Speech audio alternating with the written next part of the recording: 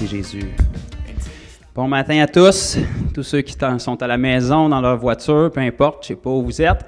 Si vous conduisez, essayez d'éviter d'écouter ça, mais on vous bénit là où vous êtes. On remercie le Seigneur naturellement pour sa merveilleuse présence. Comment est-ce que ça serait plate de se rassembler pour chanter des hymnes quand il n'y a personne qui répond, quand il n'y a rien qui se produit. Mais avec le Seigneur, on a l'avantage que quand notre cœur est là, sa présence est là aussi. On l'a senti ici ce matin, ceux qui sont ici, les quelques personnes, si vous êtes à la maison, il n'y a pas de distance avec le Seigneur. On espère vraiment que vous ayez pu ressentir cette présence-là aussi. Puis c'est ce qui donne la vie à tout enfant de Dieu, en fait. Si on loue un Dieu qu'on ne connaît pas, qu'on ne ressent pas, qu'on ne vit rien avec, à quoi bon vivre cette vie-là? Alors c'est tellement essentiel qu'on rentre dans sa présence. Puis je suis toujours reconnaissant qu'on puisse le faire, puis la louange est un des moyens que Dieu nous donne, qui est merveilleux pour ça. Puis je remercie notre frère Éric encore une fois pour le temps qu'on a pu partager ce matin dans la louange. Ceci étant dit, après la louange, il y a la parole aussi, parce que on s'adonne à avoir un Dieu qui parle, qui a encore un livre qui parle. Fait que si on est encore des gens qui veulent écouter, on va encore pouvoir progresser. Et ceux qui suivent la page de l'Église, vous savez, cette semaine, on avait des rencontres ou plutôt des projections en live chaque jour cette semaine. C'était une semaine de jeûne et de prière. C'était encore dans la Bible. On l'a partagé cette semaine. Les différentes personnes qui sont passées ici à ce pupitre-là ont partagé. Et puis, moi-même, naturellement, je serais un mauvais exemple de faire une semaine de jeûne et prière à l'Église sans jeûner. Et la semaine dernière, j'ai passé du temps en jeûne et en prière vraiment pour chercher la face de Dieu pour la nouvelle année, pour ce que Dieu veut dire à son Église, parce que Dieu a une direction pour son Église, pour ce que Dieu veut me dire à moi, parce que je fais partie de l'Église, pour ce que Dieu veut orienter dans mon ministère, et puis pour ce que Dieu veut faire dans ce monde. Et naturellement, quand on cherche la face du Seigneur sincèrement, Dieu parle. Et Dieu s'adonne à m'avoir parlé. Et comme il m'a choisi pour que je puisse annoncer sa parole, bien, je me dois de retransmettre ce qu'il a mis sur mon cœur. Et c'est ce qu'on va faire ce matin. On va partager ce que sa parole dit, parce que le monde change, les modes changent, les générations changent, mais la parole de Dieu ne change pas. Le Jésus de la Bible n'est pas censé changer. Il est le même hier, aujourd'hui et éternellement le même. Donc, si ce Jésus-là est le même et que sa parole est la même, on peut s'appuyer fortement dessus. Ça peut être une ferme assurance et un ancre pour notre âme. Et ce matin, j'ai une parole qui est assez directe. Comme ceux qui me connaissent, je n'ai pas l'habitude de tourner autour du pot parce que les temps sont courts et le Seigneur veut qu'on comprenne quelque chose. Et puis, si on a une oreille de disciple puis un cœur ouvert à sa parole, naturellement, elle se doit d'avoir un effet sur nous, puis elle se doit de nous transformer. Elle se doit de nous pousser à un changement puis à une obéissance. Peu importe ce que nous pouvons recevoir comme révélation dans la parole, s'il n'y a pas d'obéissance qui est placée dessus, ça va devenir de la tradition puis de la religion, puis il n'y aura jamais aucune transformation. Une révélation, c'est bien, mais juste une révélation, c'est pas suffisant. Il faut qu'on réagisse à cette révélation-là, il faut qu'on obéisse à cette révélation-là pour qu'il y ait une transformation qui se fasse dans nos vies. Et c'est ce que Dieu veut pour son Église. L'an dernier, 2020, est une année légendaire à plusieurs niveaux. Peu importe qui vous êtes, peu importe l'âge que vous avez, c'est une année que vous n'avez jamais vue dans toute votre vie, j'en suis certain. Et l'année 2021 ne sera pas différente, et c'est important que l'Église du Seigneur saisisse les temps dans lesquels nous sommes et ce que Jésus veut faire avec son Église. Et j'aimerais ça qu'on lise un passage en commençant, qui est encore dans nos Bibles. J'ai cherché, je l'ai trouvé. Donc, il s'adresse encore à nous. Puis il parle encore la même chose qu'il parlait au moment où il a été écrit, et c'est dans le 2e livre de Corinthiens.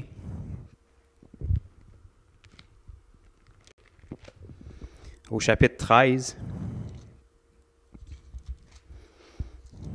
et au verset 5, où on retrouve ici l'apôtre Paul qui parlait à une église, une communauté de chrétiens à l'époque de la parole qui était dans la ville de Corinthe. Des gens qui faisaient partie de l'église, des gens qui étaient nés de nouveau, des gens qui, au chapitre précédent, on peut voir fonctionner dans les dons du Saint-Esprit. Et l'apôtre Paul va dire à ce groupe de chrétiens-là, dans le chapitre 13 et le verset 5, « Examinez-vous vous-même pour savoir si vous êtes dans la foi. Éprouvez-vous vous-même. » Là, je veux juste rappeler ici, on ne parle pas à des gens du monde. C'est Paul qui parle à des chrétiens, à la communauté de Corinthe. Examinez-vous vous-même pour un but spécifique, pour savoir si vous êtes dans la foi. Ce n'est pas écrit si vous avez la foi, si vous êtes dans une des foi, c'est écrit pour savoir si vous êtes dans la foi. Éprouvez-vous vous-même. Ce qui devrait arriver, ne reconnaissez-vous pas que Christ est en vous? C'est ce qu'un chrétien devrait trouver en s'examinant. L'apôtre Paul va poursuivre ici en disant « À moins peut-être que vous ne soyez réprouvés. » Wow! Ça, c'est une parole qui est adressée par Dieu à travers l'apôtre Paul à des chrétiens, à son Église. Une Église qui était très grande, on ne sait pas combien de personnes l'Église de Corinthe comprenait, mais Corinthe était une très grande ville. Il y avait une large communauté de chrétiens là-bas, et Paul leur disait ça.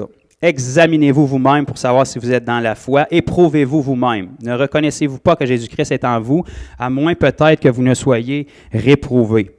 Dépendamment de la version de Bible que vous avez, un des autres mots qui est utilisé ici, c'est « désapprouver ». Et si vous avez une Louis II 1910, c'est encore plus fort, ça nous dit « à moins que vous ne soyez de faux chrétiens ». C'est ce que l'apôtre Paul disait aux chrétiens de Corinthe. Examinez-vous vous-même pour savoir si vous êtes dans la foi. Éprouvez-vous. Et si vous ne reconnaissez pas que Christ est en vous, forcément, vous êtes de faux chrétiens. C'est une déclaration assez directe. Ce n'est pas là que tout le monde se lève pour applaudir et que les gens chantent la bénédiction de Dieu, mais c'est encore dans nos Bibles. OK? Puis quand Dieu donne une correction, quand Dieu donne une direction, que ce soit maintenant, que ce soit à l'époque de la parole, c'est toujours une marque de son amour parce qu'il va être sûr qu'on reste sur le droit chemin. OK? Si on est sur une route et que le pont qui est devant nous est coupé, c'est vraiment une bonne chose que les gens tentent de nous avertir pour pas qu'on tombe au bout. Mais c'est ce que Dieu fait avec les multiples corrections qu'il y a dans sa parole. Il veut nous exhorter, nous adresser, nous corriger. Et cette année, plus que jamais, on commence une nouvelle année.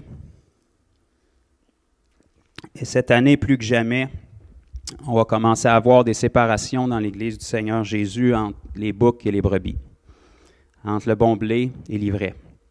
Il y a toujours eu des groupes comme ça dans l'Église. Et Dieu, on sait, n'est pas un Dieu de séparation, c'est un Dieu d'unité. La Bible l'appelle le prince de paix. Jésus est venu, c'est un Dieu d'unité, mais par contre, Jésus a aussi dit, je ne suis pas venu pour amener la paix, mais la division. Parce que l'unité ne peut se produire que dans la vérité. Et quand les gens rejettent la vérité, c'est inévitable que ça fait des divisions. Et plus que jamais, l'Église du Seigneur a besoin d'être épurée, et ce sont les brebis qui doivent ressortir, et les boucs, ceux qui ne veulent pas obéir, doivent se corriger, se repentir, et il doit y avoir un changement qui se fasse. 2000 ans plus tard, l'Église du Seigneur est devenue beaucoup de choses, et on va voir ce matin une multitude de versets qui sont encore dans la Bible, et on peut voir que très souvent, on est devenu avec des croyances et des messages qui sont très loin de ce que la Bible nous enseigne. Pourtant, on s'appuie tous sur la Bible, mais souvent, on laisse des petites parties derrière, et on peut voir par les fruits qui sont portés par l'Église moderne en général, ici en Occident, que forcément les parties qu'on a laissées derrière devaient être importantes, parce que les fruits ne sont pas dans la vie de la majorité des gens. Et ce n'est pas ce que Dieu veut. Dieu nous appelle à porter du fruit. Dieu ne veut pas qu'on soit des nuages, pas de pluie. Un nuage, pas de pluie, ça ne donne rien. Dieu ne veut pas qu'on soit des beaux arbres feuillus, pas de fruits. Jésus avait une opinion assez directe sur un arbre qui ne donne pas de fruits. Fait qu'on ne veut pas se retrouver dans cette catégorie-là. Et on va juste tourner rapidement dans le livre des Actes, où on va lire une autre petite citation tellement puissante. Dans Actes, chapitre 11, et au verset 26.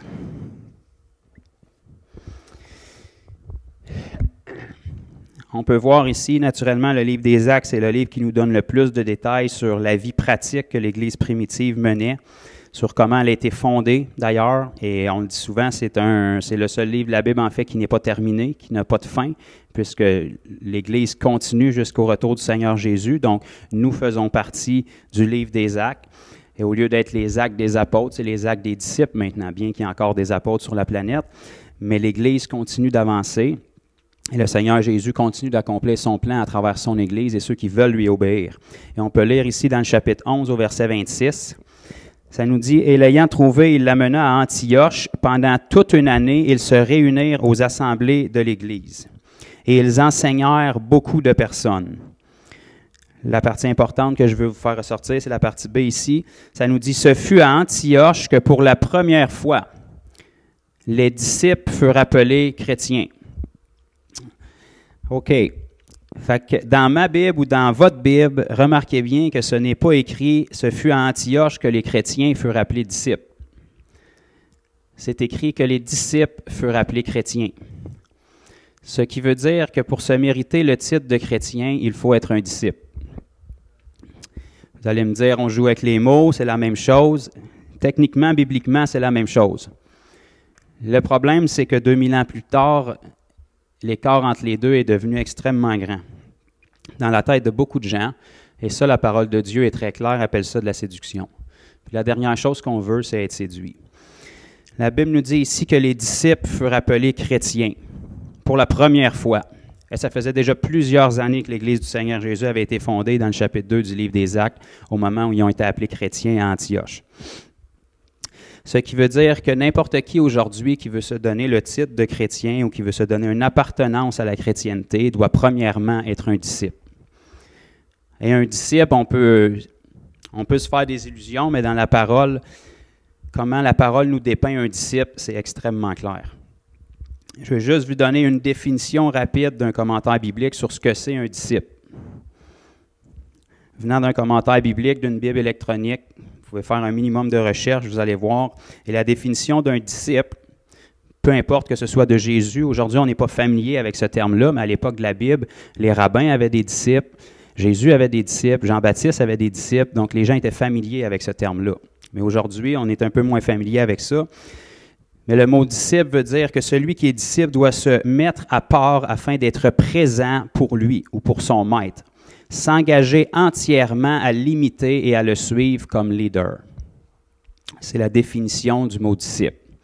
Ce qui veut dire que ça nous parle d'une implication totale. Quand ça nous dit de se mettre à part, ça veut dire qu'on ne vit que pour un but et pour être présent à côté de celui qui est notre maître. S'engager entièrement à l'imiter et à le suivre comme leader, ce n'est pas ambigu comme message non plus.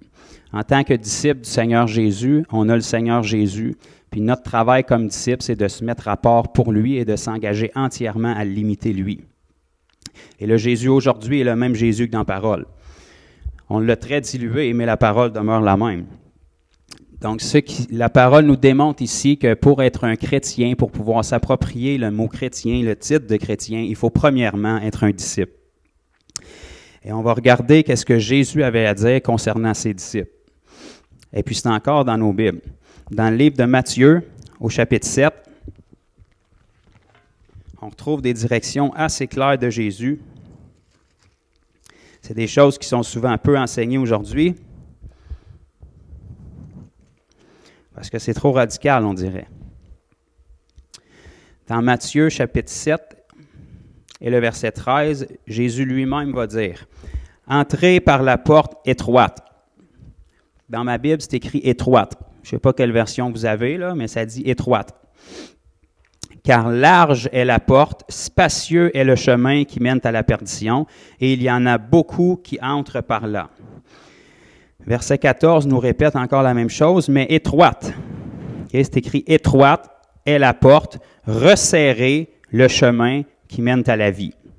La Bible semble employer des adjectifs qui nous démontrent quelque chose d'assez clair. Là. Resserré, étroite, et il y en a peu qui les trouvent. Naturellement, c'est encore dans nos Bibles, et aujourd'hui, le message de l'Évangile moderne continue d'annoncer que le chemin est étroit, puisque Jésus est le seul chemin, la seule vérité, la seule vie. Jean 14, 6 nous dit exactement la même chose encore aujourd'hui.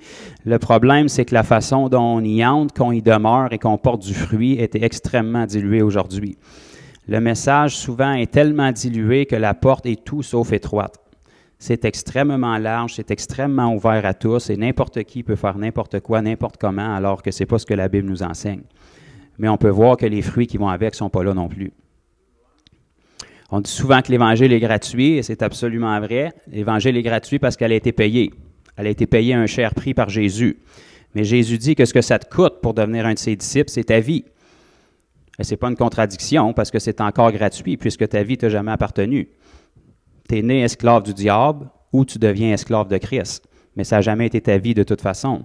Mais n'en demeure pas moins que pour devenir un disciple du Seigneur Jésus, la première chose que le Seigneur a demandé de sacrifier, c'est de renoncer à nous-mêmes, de renoncer à notre vie. Donc oui, c'est gratuit, mais ça a un coût pour nous. Ça nous demande d'abandonner quelque chose.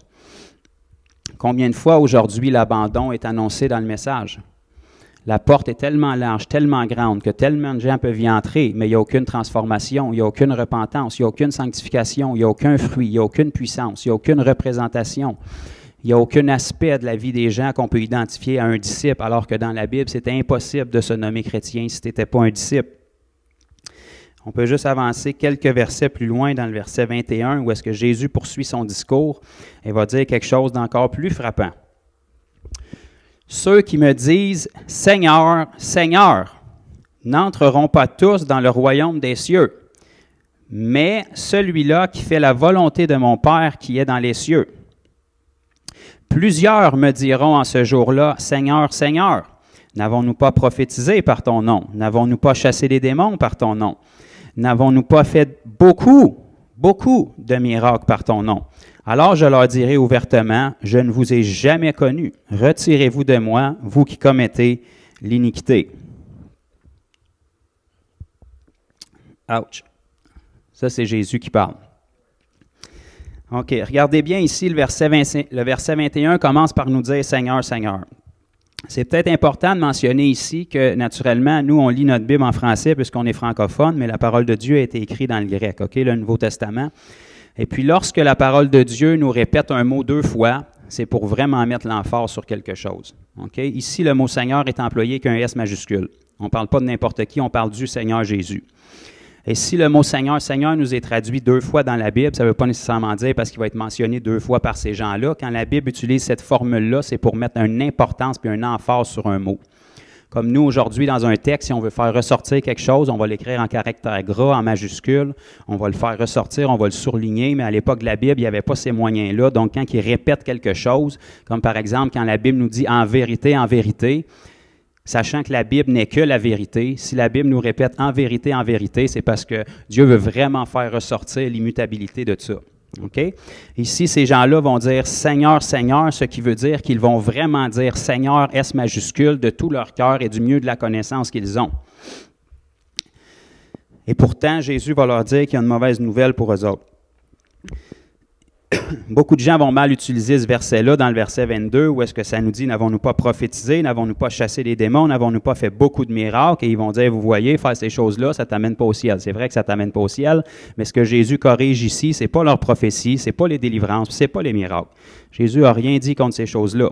Ce que Jésus leur a reproché à la fin du verset 23, c'est « Retirez-vous de moi, vous qui commettez l'iniquité. » Commettez, c'est un verbe actuel. C'est une pratique. C'est-à-dire qu'il y a une iniquité qui est pratiquée, il y a un péché qui est là et il n'y a pas de repentance qui est là. Ce n'est pas quelqu'un qui tombe et qui se repent et qui va de l'avant, c'est quelqu'un qui commet l'iniquité, qui vit dans un état d'iniquité, même s'il prophétise, même s'il fait des miracles, même s'il chasse les démons. Et Jésus n'a aucun problème avec ça, ça fait partie des commandements de son Église. Le premier signe d'un croyant, c'est qu'il chasse les démons. Donc, ce n'est pas ça que Jésus adresse ici, mais ce que Jésus adresse ici, c'est que ces gens-là n'ont pas de sanctification dans leur vie et ils n'ont pas une vie digne de l'appel qu'ils ont. Ils n'ont pas une vie à la hauteur de leur confession. Pourtant, ces gens-là confessent « Seigneur, Seigneur ». Ces gens-là reconnaissent que Jésus est le Seigneur.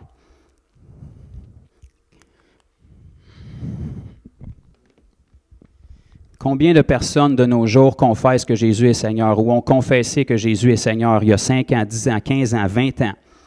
Mais où est la sanctification dans la vie? Où est la transformation?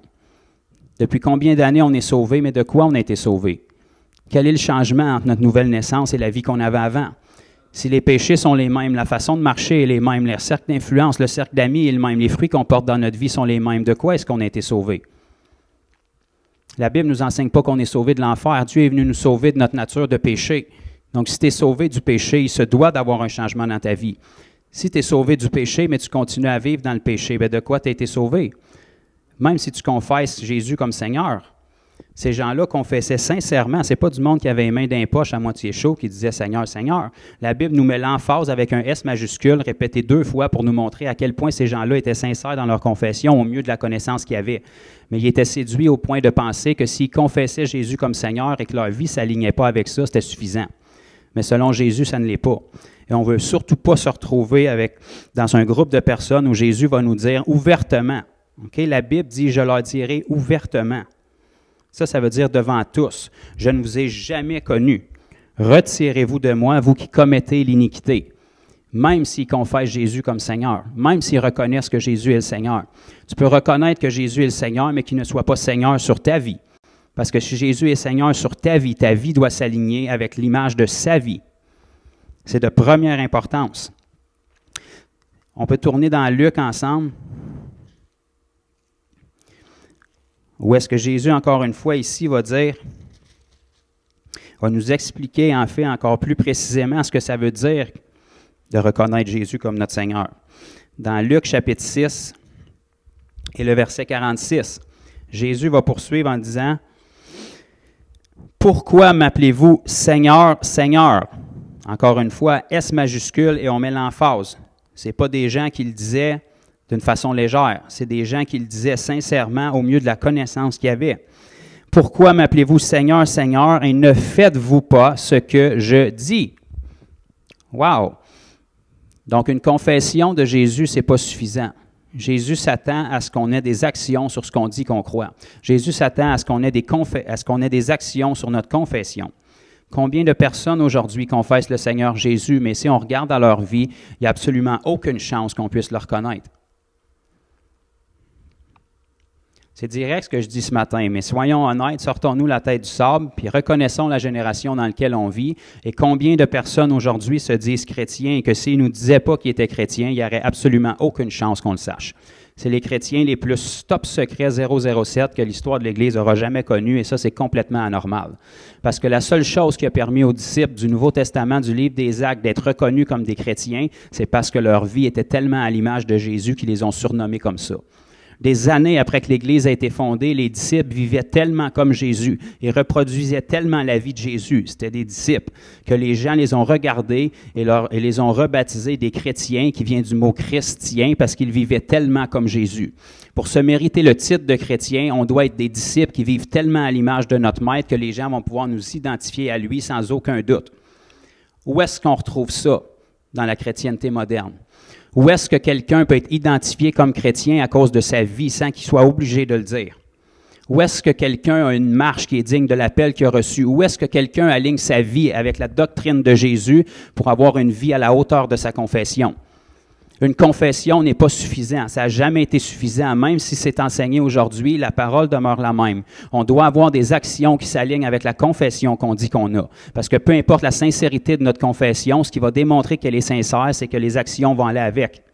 Jésus ici dit expressément, « Pourquoi m'appelez-vous Seigneur, Seigneur, et ne faites-vous pas ce que je vous dis? » Autrement dit, à moins de faire ce que je vous dis, vous n'êtes pas sincère quand vous dites que je suis votre Seigneur. Même si vous avez une confession de foi, même si vous êtes à l'Église tous les semaines, même si vous connaissez tous les chants par cœur, même si vous avez un poisson sur votre voiture, même si vous avez un entourage de chrétiens, même si vous confessez tous les semaines que je suis Seigneur, si vous ne faites pas ce que je vous dis, détrompez-vous, vous êtes séduits, je ne suis pas votre Seigneur. Un Seigneur influence notre vie en entier parce que quand on est sauvé, on lui donne. Donc, si c'est lui qui dirige, il la dirige de la même façon dont l'Esprit dirigeait celle de Jésus il y a 2000 ans, parce que c'est le même Esprit. La Bible nous dit que le même Esprit qui a ressuscité Christ d'entre les morts demeure en vous. Lui, il n'est pas bipolaire, il n'a pas évolué, il n'a pas vieilli, il n'a pas changé. La façon dont il dirigeait la vie de Jésus il y a 2000 ans, c'est la même façon qu'il veut diriger votre vie, la mienne aujourd'hui. Amen. Si on avance dans le même chapitre de quelques versets au verset 47, on va voir ici que Jésus va nous donner encore plus de détails pour nous permettre de comprendre. « Je vous montrerai à qui est semblable tout homme qui vient à moi, entend mes paroles et ne les met pas en pratique. » La parole est tellement claire, tellement précise. Quand Jésus utilisait des paraboles, c'est tellement extraordinaire que pour ne pas comprendre, il faut vraiment ne pas vouloir comprendre. Regardez bien comment Jésus va décrire ici quelqu'un qui dit « Seigneur, Seigneur », mais qui ne fait pas ce que Jésus dit. Il est semblable, verset 48, à un homme qui, bâtissant une maison, a creusé profondément et a posé le fondement sur le roc. une inondation est venue et le torrent s'est jeté sur cette maison sans pouvoir l'ébranler parce qu'elle était bien bâtie. Elle était bâtie sur le roc. Mais celui qui entend et ne met pas en pratique. Je répète, celui qui entend, mais qui ne met pas en pratique. Celui qui entend, qui confesse Seigneur, Seigneur, mais qui ne met pas en pratique, est semblable à un homme qui bâtit une maison sur la terre, sans fondement. Le torrent s'est jeté contre elle, aussitôt elle est tombée et la ruine de cette maison a été grande. Des paroles de la bouche même de Jésus qu'on appelle une parabole. Jésus nous dit que la personne qui entend la parole et qui ne la met pas en pratique, ça s'appelle la désobéissance. Ça veut dire quelqu'un qui peut être à l'Église depuis des années, qui peut se dire chrétien, qui peut confesser que Jésus est Seigneur, mais qui entend la parole de Jésus semaine après semaine et qui ne la met pas en pratique. Donc, de toute évidence, sa vie ne se conforme jamais au fil des ans à la parole de Dieu. La Bible nous dit qu'il a bâti sa maison sur la terre sans aucun fondement. Et c'est très, très, très facile à valider de nos jours. Si la maison est bâtie sur la terre sans fondement, dès le moment où il va y avoir une épreuve, la maison disparaît. On a vu l'Église du Seigneur Jésus l'an dernier être ébranlée plus que jamais. Pourquoi? Parce qu'il y avait tellement de maisons qui n'étaient pas bâties sur aucun fondement. Un simple virus qui a mis la terre entière certainement dans un confinement qu'on n'avait jamais vu, mais il y a eu des plaies bien pires que ça. Puis si vous allez à la fin de votre Bible dans l'Apocalypse, vous allez voir que c'était une promenade au parc comparé à ce qui s'en vient. Mais ça révèle la profondeur du fondement. Ça révèle que les confessions représentent très peu de choses. Ça révèle que s'il n'y a pas d'action sur tes confessions, même si tu pleures et tu es très sincère quand tu confesses le Seigneur Jésus, il n'y a aucun changement qui se fait. Puis quand la tempête vient, il n'y a aucun fondement, puis la maison est balayée comme ceux qui n'ont jamais confessé le Seigneur Jésus.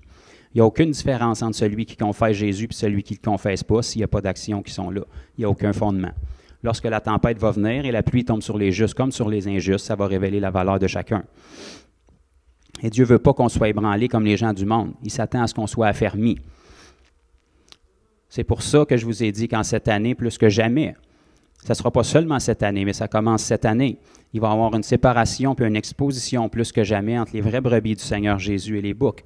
Des gens qui ont une confession, qui disent « Seigneur, Seigneur » et qui ont toutes les belles pratiques, qui ont l'apparence de la piété, mais qui renient ce qui en fait la force. Il n'y a aucune relation, il n'y a aucune action, il n'y a aucune intimité, il n'y a aucun fruit qui est porté, il n'y a aucune puissance. Ça ne ment pas.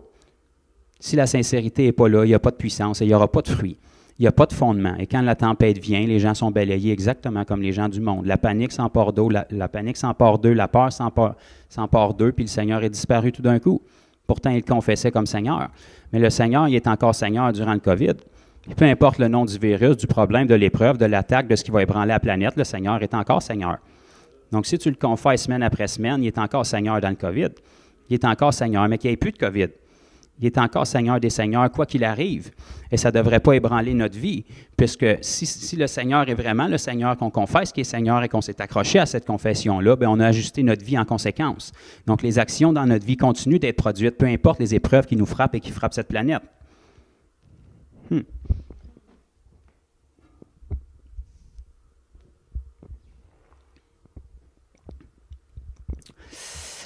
Romains 19.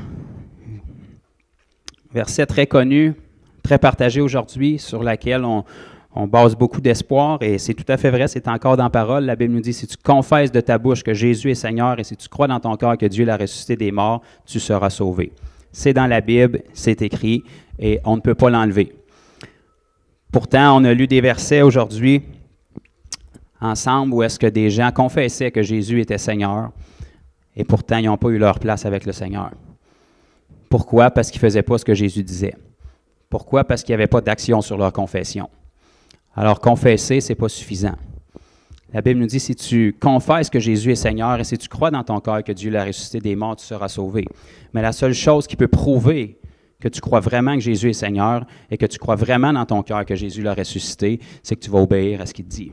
C'est qu'il va y avoir une transformation. C'est que les bottines vont suivre les babines. Donc, bien que c'est tout à fait réel qu'on peut être sauvé en confessant le nom du Seigneur Jésus, la preuve que notre confession est sincère, c'est qu'il y a des actions qui sont portées, c'est qu'il y a un fruit qui est porté, c'est qu'il y a une transformation qui est portée. Les disciples, quand ils ont rencontré Jésus, leur vie a été transformée, leur marche a été transformée, leur quotidien a été transformé. Chacun d'eux qui ont rencontré Jésus ont abandonné leur vie complètement pour suivre Jésus, ne sachant pas où est-ce qu'il allait et ce qu'ils allaient faire. Pourtant, ils ont placé leur confiance en Jésus suffisamment pour mettre leur vie en entier et leur famille entre les mains d'un homme qu'ils ne connaissaient pas.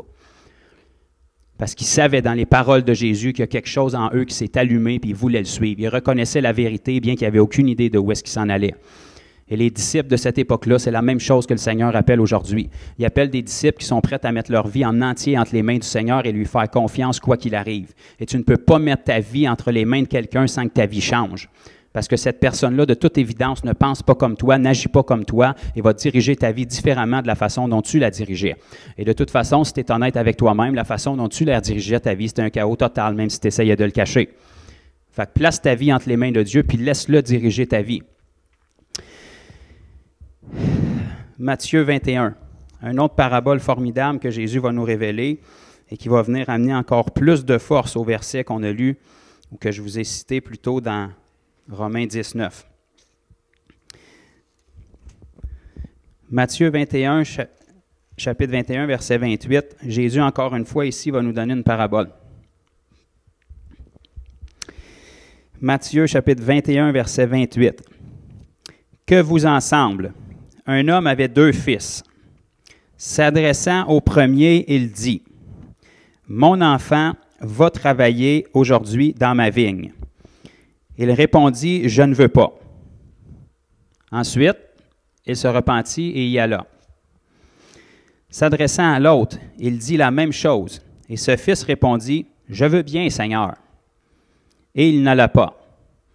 La question que le Seigneur pose au verset 31, « Lequel des deux a fait la volonté du Père? » Ils répondirent, « Le premier. » Et Jésus leur dit, « Je vous le dis en vérité. » Encore une fois, là, si la Bible prend la peine de dire vérité, là, c'est parce que Dieu veut faire ressortir un point. Je vous le dis en vérité, les publicains et les prostituées vous devanceront dans le royaume de Dieu. OK, gardons la Bible dans son contexte. Ce verset-là, 31, arrive tout de suite après le verset 30.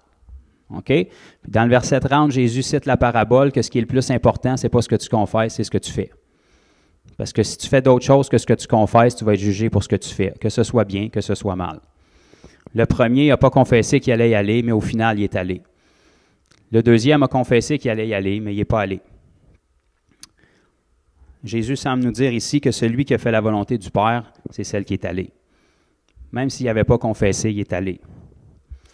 Et Jésus va leur dire ici, « Je vous le dis en vérité, les publicains et les prostituées vous devanceront dans le royaume de Dieu. » Pourquoi? Parce qu'eux font partie de ceux qui ont fait quelque chose.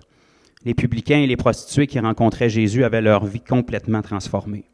Ils étaient tellement touchés par la grâce de Dieu que c'était étendu jusqu'à eux, par le pardon des péchés que Jésus leur avait offert, par les guérisons que Jésus leur avait offert, par les délivrances que Jésus leur avait offert. Leur vie était tellement percutée par ça qu'à partir de ce moment-là, ils étaient transformés puis ils s'efforçaient d'aligner leur vie avec l'enseignement de Jésus.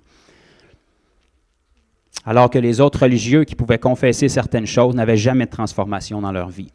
Et selon Jésus, ce qui a de l'importance, c'est ce qu'on fait. Même si la confession n'était pas là, ce qui a de l'importance, c'est ce que le premier homme a fait. Ça nous révèle bien des choses sur le passage qu'on vient de lire, ou plutôt que je viens de citer dans Romains 19. C'est important de confesser Jésus comme notre Seigneur. Mais si on ne fait pas ce qu'il dit, il faut se détromper. Même si on le confessait comme notre Seigneur, qu'est-ce qui nous dit qu'on va être sauvé? Ce qui nous sauve, ce n'est pas la confession, c'est la foi qu'il y a dedans. Et la Bible nous dit que la foi sans les œuvres est comme le corps sans âme. Comme le corps sans âme est mort, la foi sans les œuvres est morte. Donc, si ta foi, la foi de ta confession est sincère, forcément, il faut qu'il y ait des œuvres qui transparaissent dans ta vie. Il faut que tu t'alignes avec ce que Jésus dit. Donc, tu ne peux pas continuer à confesser que tu appartiens à Jésus, que tu es un disciple, que tu es un chrétien et que Jésus est Seigneur dans ta vie si on ne peut pas le reconnaître dans ta vie et dans tes actions. Si les mêmes péchés qui sont dans ta vie aujourd'hui étaient les mêmes qu'il y avait l'année passée, il y a 5 ans, il y a 10 ans, qu'il n'y a aucune transformation. Détrompe-toi, le Seigneur n'est pas correct avec ça. Le Seigneur n'est pas bien avec ça. Le Seigneur a dit aux gens qu'il l'avait confessé comme Seigneur, « Retirez-vous de moi parce que vous commettez l'iniquité. » Dieu a un problème avec le péché. Tu viens à lui comme que tu es, mais il ne veut pas te laisser comme que tu es. Il t'a sauvé pour un but, pour te sauver de tes péchés, pour te transformer. Il t'a établi comme son disciple pour te montrer la voie à suivre, pour que tu puisses vivre comme lui. Si tu demeures dans le péché, tu envoies le message à toute notre génération que Jésus est d'accord avec le péché et que ce n'est pas un problème. Alors que le péché est la chose qui nous sépare de la gloire de Dieu. Alors que le péché est la chose qui nous amène directement en enfer. La Bible nous dit dans Romains 6,23 que le salaire du péché, c'est la mort. Dieu a encore un énorme problème avec le péché et Jésus est venu pour nous racheter du péché. Donc, si on est encore dans le péché, une fois qu'on se dit racheter, il y a des choses qu'il faut ajuster dans notre vie. Il ne faut absolument pas rester dans cet état-là, même si on est sous la grâce. Parce que le message de la parole ne change pas. Jésus a toujours été très radical, pourtant il était très au courant que la grâce était pour être appliquée dans notre dispensation, dans la nouvelle alliance. Mais bien qu'on est sous la grâce justement nous donne la puissance de nous détacher du péché, de transformer notre vie, d'avoir une vie qui est à l'image de Christ, de pouvoir mériter le titre de chrétien qu'on se donne. Parce qu'un chrétien biblique se devait d'être un disciple. Et un disciple, comme je l'ai dit tantôt, c'est quelqu'un qui imite son maître et qui s'est complètement abandonné à lui. Donc, si on vit dans le péché et qu'on est correct avec ça et qu'on pense que Dieu est correct avec ça, on envoie l'image que Jésus était correct avec ça et que c'est le style de vie qu'il a vécu ici sur terre, alors que la Bible nous dit expressément que lui n'avait jamais péché. Il faut ajuster notre marche avec Dieu. Combien de personnes aujourd'hui, tristement, et c'est un message pour réveiller l'Église, pour réajuster, pour réorienter. Je ne veux pas condamner personne. Dieu m'a prêché ce message-là à moi, premièrement, il y a plusieurs années, et je vous le retransmets avec tout mon cœur aujourd'hui. Plus que jamais cette année, avant qu'il soit trop tard, c'est le temps de s'ajuster, de s'aligner et d'être honnête avec nous-mêmes. Est-ce que notre vie est en ligne avec ce que nous confessons? Est-ce que Jésus n'est pas seulement Seigneur de notre confession, mais il est aussi Seigneur de notre vie, de nos actions, de notre quotidien? Est-ce que les gens autour de nous peuvent reconnaître le Jésus de la Bible dans nos vies ou si on n'a pas le choix de leur dire qu'on est chrétien pour qu'ils sachent qui on est? On se doit de porter des fruits dans notre vie qui démontrent et qui révèlent la nature qui est nouvelle en nous. Qu'est-ce qui est devenu un chrétien aujourd'hui en 2021? Tellement de choses qui sont tellement loin de la parole. Mais où est l'image de Christ dans quelqu'un qui se confesse chrétien? Où est-ce qu'on reconnaît Jésus dans sa vie? Où sont les miracles qui sont censés caractériser la vie d'un chrétien? La description d'un chrétien selon Jésus lui-même, que l'on retrouve dans la Bible, dans Marc 16, entre autres, c'est « Voici les miracles qui accompagneront ceux qui auront cru ». Selon Jésus, la définition d'un chrétien ou de quelqu'un qui croit débute là. Où est cette liste-là que Jésus va donner dans l'Église moderne aujourd'hui? Combien de personnes ont une confession de foi chrétienne, mais on ne peut pas retrouver aucun de ces signes-là dans leur vie? Jésus commence à décrire ce qu'est un croyant par « ils chasseront les démons ». Si peu pratiqué, si peu cru, si peu vu aujourd'hui. Pourtant, selon Jésus, c'est le premier signe qui marque la vie d'un croyant. On ne parle pas d'un apôtre, d'un prophète, d'un docteur, d'un évangéliste, d'un pasteur, on parle d'un croyant. Selon le fondateur de l'Église lui-même, Jésus. Donc, si sa parole n'est pas valable, je ne sais pas sur quelle on va pouvoir s'appuyer. Ils chasseront les démons. Ils parleront de nouvelles langues. S'ils boivent quelques breuvages mortels, ils ne leur feront point de mort, incluant un virus. Ils saisiront des serpents. Ils imposeront les mains aux malades et ils seront guéris. C'est où ça? Combien de personnes ont une confession de foi, mais n'ont jamais vu ça de leur vie non plus, ne l'ont jamais pratiqué dans leur vie? C'est un problème. Parce que le Jésus de la Bible, dans les évangiles, on ne peut pas tourner une page sans voir du surnaturel, des guérisons et des délivrances. C'est tous des versets qui sont encore dans notre Bible. Et ce n'est pas parce qu'un message aujourd'hui est enseigné, il est populaire et il est pratiqué d'une certaine façon que la Bible est en appui avec ça. Une confession est certainement importante, mais les actions qui s'alignent avec cette confession-là doivent être là pour prouver que la confession était sincère. Et on peut voir radicalement aujourd'hui que, bien qu'on ait le même Seigneur, qu'on enseigne encore que le chemin est étroit, puis que Jésus est le fondement, le chemin, la vérité et la vie et la porte, il y a radicalement une différence entre la majorité de ce qu'on appelle chrétiens aujourd'hui et des chrétiens qu'on peut voir dans la Bible. Pourtant, il ne devrait pas en avoir. C'est le même Jésus, c'est la même Église, c'est le même fondement. Où est l'audace des enfants de Dieu aujourd'hui pour annoncer la parole comparée aux disciples dans la Bible?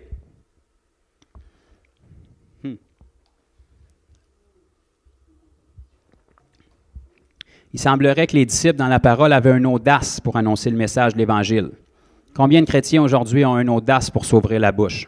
Là, on ne parle même pas de guérison ou de délivrance, on parle d'ouvrir la bouche pour enseigner le message, partager le message.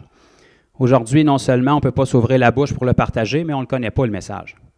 On ne sait même pas c'est quoi l'Évangile parce qu'on a été sauvé sur quelque chose de totalement différent que l'Évangile, qui était une simple confession, puis notre vie n'a jamais été transformée, donc on n'a rien à témoigner.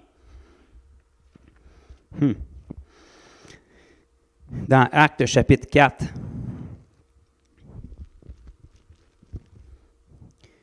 verset 20.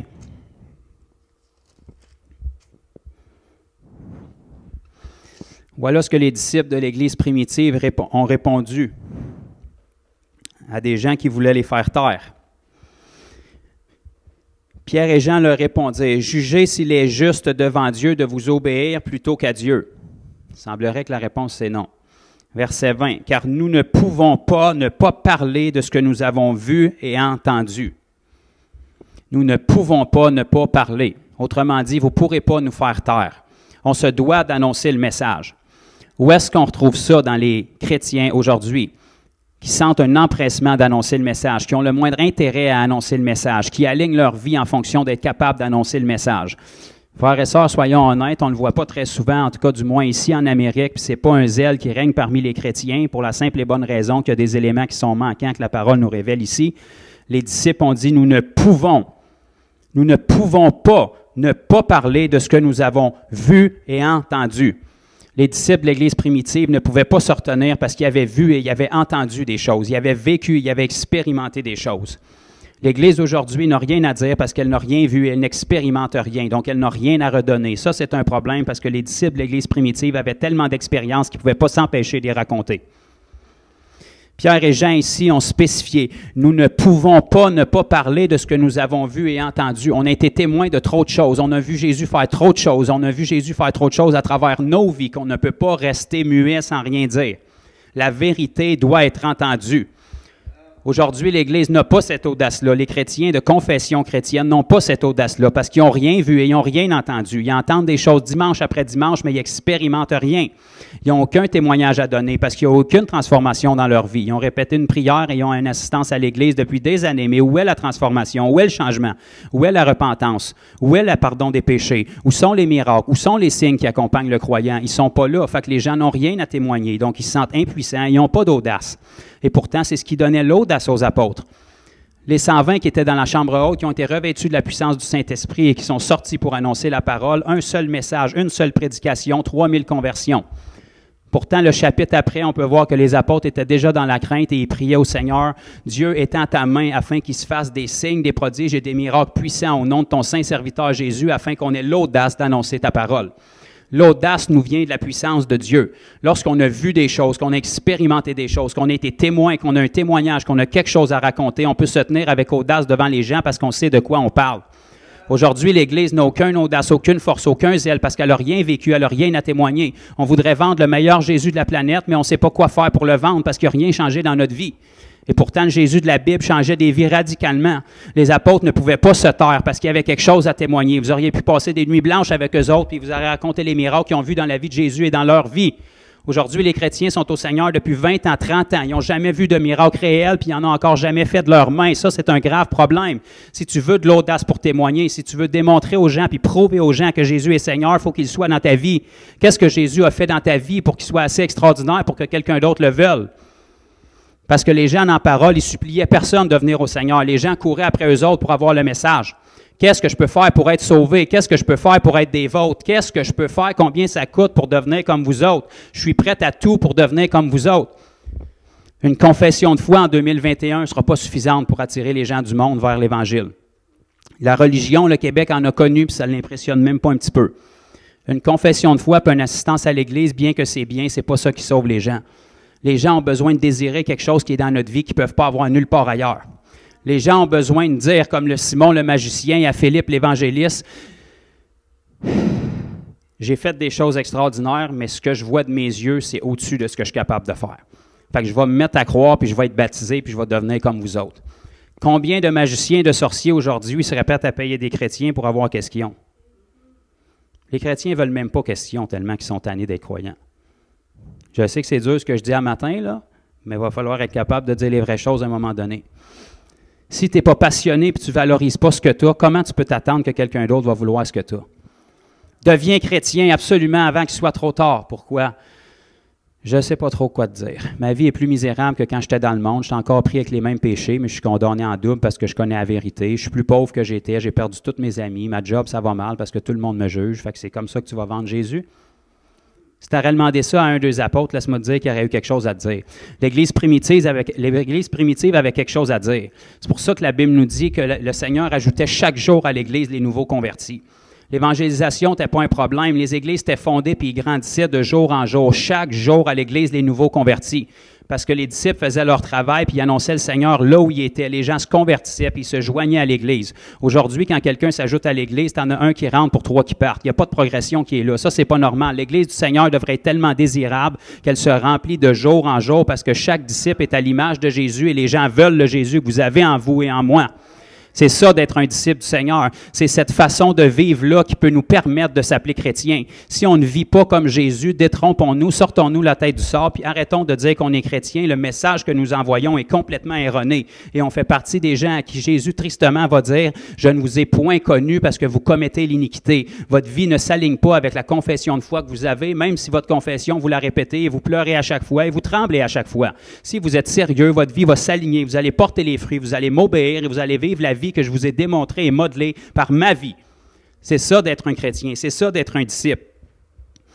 On peut lire que dans Acte 19, le Seigneur faisait des miracles extraordinaires par les mains de Paul, en sorte qu'on appliquait des linges, des mouchoirs qui avaient touché son corps sur des malades et sur des démoniaques et il était complètement guéri et complètement délivré. Aujourd'hui, l'Église va lire quelque chose comme ça et c'est de la fantaisie. Non seulement ils ne peuvent pas croire à ça, mais simplement un mal de tête guéri, c'est déjà au-dessus de leur foi. Alors imagine-toi qu'un bout de linge qui touche quelqu'un puis qui va toucher un autre malade, ça le guérit, c'est complètement inatteignable, c'est un récit farfelu, puis pourtant c'est dans la Bible, puis on dit qu'on est des croyants. L'apôtre Paul est un homme de chair et de sang comme nous. Si lui, il l'a fait, puis le Seigneur l'a fait à travers lui, ça devrait être ça, marcher comme Jésus. Si tu t'appelles un disciple, tu devrais être capable de réaliser des choses comme ça. C'est encore dans la Bible. L'apôtre Pierre guérissait des gens par son ombre. Aujourd'hui, l'Église est rendue tellement loin de ça que c'est comme un phénomène anormal. C'est de l'inatteignable. L'apôtre Pierre était certainement un apôtre surdoué pour faire quelque chose comme ça. Pourtant, l'apôtre Pierre n'était même pas au courant de ce qui se passait. Ça nous dit en sorte que les gens alignaient les malades sur le bord de la route pour que l'ombre même de Pierre les touche. C'est même pas Pierre qui avait décidé ça. C'est les gens qui avaient tellement foi dans ce que Pierre avait qui se sont dit, juste si son ombre peut le toucher, la puissance qui est en lui va produire le miracle. Aujourd'hui, c'est un récit farfelu puis de fantaisie pour la majorité des gens. C'est inatteignable. Ils n'ont jamais vu une guérison dans leur vie, à part quelqu'un, il y a 10 ans, qui a été guéri dans le fin fond d'une grotte à Tokyo, qui n'ont aucune preuve de ça. Ça, c'est un problème. L'Église est censée être fondée avec des croyants. L'Église est censée vivre les mêmes miracles dont la Bible nous parle si on dit qu'on a le même Jésus dont la Bible nous parle. Si on dit et on confesse que Jésus est Seigneur, qu'il est le même hier, aujourd'hui et éternellement le même, notre vie devrait s'aligner avec cette confession de foi-là. Si Jésus est encore le même, il n'y a aucune raison pour qu'on ne soit pas les mêmes que la Bible enseignait. Il n'y a aucune raison pour que les disciples en 2021 n'aient pas une vie comme les disciples de la Bible. En fait, on est encore plus redevable que les disciples de la Bible, parce que l'Évangile est encore plus clair aujourd'hui qu'il l'était à cette époque-là. Les disciples ont débuté l'Église, il n'y avait même pas de Bible comme nous, on l'a pour s'enseigner puis pour grandir. Ils étaient en train de l'écrire par leur vie, cette Bible-là. Aujourd'hui, on a la Bible, on a accès, on en a toute une, des fois on en a 10 chaque, on l'a dans notre langue, puis on l'a en gros caractère en plus, on n'a aucune excuse. Aujourd'hui, on a des lieux pour se rassembler, où est-ce qu'on n'est même pas persécuté ici en Amérique pour le faire, et on ne le fait même pas clandestinement. Les disciples de la parole, quand ils signaient avec Jésus, ils venaient de signer leur arrêt de mort à moyen ou à long terme et ils devaient se rassembler en cachette, ils devaient se sauver pour leur vie et pourtant, ils se donnaient au Seigneur quand même. Ils savaient dans quoi ils s'engageaient et pour eux, perdre leur vie pour le Seigneur, ça le valait. Les disciples dans la parole qui étaient persécutés pour leur foi, la Bible nous dit qu'ils sortaient de là en se réjouissant pour avoir été jugés dignes d'être persécutés pour le Seigneur.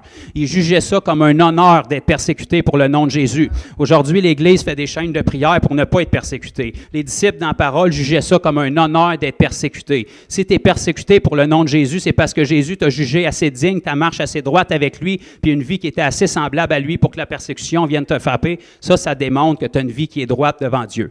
Ça démontre que tu es un chrétien qui est véritablement un disciple parce que tu vis suffisamment comme ton maître pour que les persécutions viennent vers toi. Ça démontre que tu manifestes assez la puissance de Dieu dans ta vie que les religieux ne sont pas capables d'endurer, donc ils doivent persécuter. Aujourd'hui, il n'y a pas de persécution parce qu'il n'y a pas de puissance. Aujourd'hui, il n'y a pas de persécution parce qu'il n'y a pas de consécration. Il n'y a pas de persécution parce qu'il n'y a pas de transformation. Les gens ne peuvent pas te persécuter, tu vis comme eux autres. Les gens n'ont rien à dire contre toi et tu vas au bar avec eux autres. Tu fais la même chose qu'eux autres. Il n'y a aucune différence. Tu n'es pas différent. Ce qui bouleverse les gens, c'est la différence. S'il n'y a pas de différence, tu n'auras pas confessé que Jésus est Seigneur. Eux autres, ils vont confesser d'autres choses. Puis peut-être quand ils sont bien en état d'ébriété avec toi, ils vont confesser Jésus comme Seigneur, eux autres aussi. Dieu ne t'appelle pas à ça. Dieu t'appelle est tellement différent du monde que le monde ne peut pas te tolérer. Jésus a dit, s'ils m'ont persécuté, ils vont vous persécuter. La persécution est garantie pour tous ceux qui vont vouloir vivre pieusement. Tous ceux dans la parole qui ont voulu vivre pieusement, ils fonctionnaient dans le surnaturel. Parce que c'est impossible de vivre pieusement sans faire du miraculeux. Et le miraculeux, c'est toujours ce qui apporte la persécution. Tu veux être persécuté, tu veux vivre à l'image de Jésus, produis le miraculeux. Chasse les démons, guéris les malades et crois encore que la Bible est vraie et que ce n'est pas des récits farfelus, que Dieu peut encore guérir à travers un ombrage, que Dieu peut encore guérir à travers un bout de linge qui a touché un corps parce que tu fais partie d'un groupe qu'on appelle les croyants. Tiens-toi pour ça dans une génération corrompue et perverse où il n'y a jamais eu autant d'incrédulité à l'intérieur de ceux qui se disent croyants et tu vas voir la persécution arriver. Mais c'est ce à quoi Jésus t'appelle. Jésus t'appelle à être différent des autres. Jésus t'appelle à être tellement radical puis à son image que les gens qui ne veulent pas se convertir, qui ne veulent pas croire, ne peuvent pas tolérer le message parce que c'est trop direct et parce que ta vie a trop de preuves que la Bible est vraie. Si tu te fais accuser d'être un chrétien aujourd'hui, fais sûr qu'il y a assez de preuves dans ta vie pour que tu sois condamné. Fais sûr qu'il y a assez de preuves dans ta vie pour que ce soit absolument vrai. Fais sûr que tu as assez de preuves dans ta vie pour que rien ni personne ne puisse douter que tu es un chrétien. C'est ce à quoi Jésus nous appelle.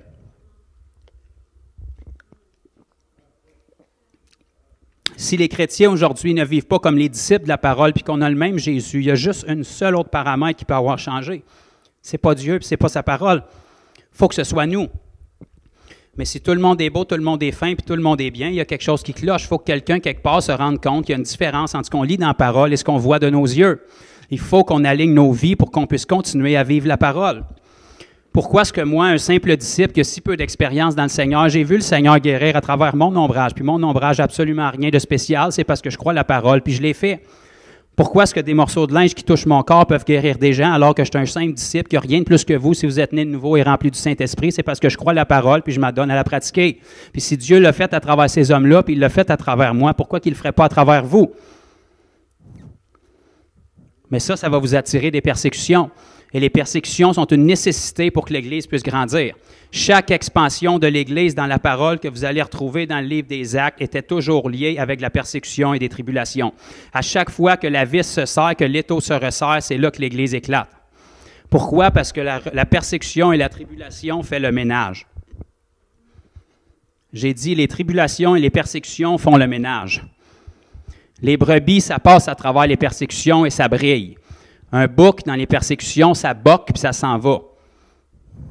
Des boucs dans un troupeau, on n'en veut pas. Il faut qu'il y ait un ménage de fait. Il faut que l'Église soit épurée. Il faut que le péché sorte. S'il y a autant de péché dans l'Église qu'il y en a dans le monde, il y a un problème. Paul adressait à l'Église de Corinthe, qui était une des plus charnelles du Nouveau Testament, puis il lui disait, c'est pas normal qu'il y ait des péchés chez vous dans la communauté qu'on ne retrouve même pas dans les gens du monde. Combien est-ce qu'on pourrait dire ça aujourd'hui par des gens qui ont une confession de foi et qui confessent le Seigneur Jésus? Ils confessent le Seigneur Jésus semaine après semaine, mais tu es voué des mêmes endroits que tu ne devrais pas y voir semaine après semaine avec des gens qui ne confessent pas le Seigneur Jésus. Puis il n'y a personne dans leur entourage qui savent qu'ils sont chrétiens à part qu'ils vont à l'église le dimanche. Ça, c'est un problème. Il faut que notre vie soit assez radicale puis assez à l'image de Christ que les gens sont perplexes puis ils ne peuvent rester indifférents devant nos vies. Ils veulent savoir qu'est-ce qu'on a de différent. Ils veulent savoir qu'est-ce qui nous pousse. Ils veulent savoir qu'est-ce qui fait que malgré les persécutions, on sort toujours gagnant, on sort toujours au-dessus. C'est là qu'on peut leur dire que nous pouvons tout par Christ qui nous fortifie. C'est là qu'on peut leur enseigner que la victoire est garantie, qu'on est des plus que vainqueurs, puis quand Jésus, malgré les persécutions, on va toujours finir au-dessus parce que notre vie a été transformée par un Sauveur et un Seigneur qui nous a changés. On ne l'a pas juste confessé, il nous a changés parce qu'on n'a pas eu juste une confession, on a fait qu'est-ce qu'il a dit. Il nous a dit de nous repentir, on s'est repenti. Puis la repentance, ce n'est pas un événement d'un seul moment, c'est un état dans lequel on demeure. Jésus a appelé son Église à la repentance constamment. Il a dit « Repentez-vous, sinon vous périrez tous ». Ça, c'est un Jésus d'amour qui a dit ça.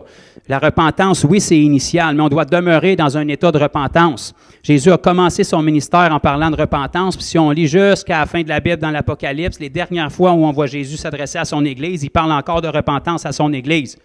Il leur dit « À celui qui vaincra, j'ai réservé la couronne ».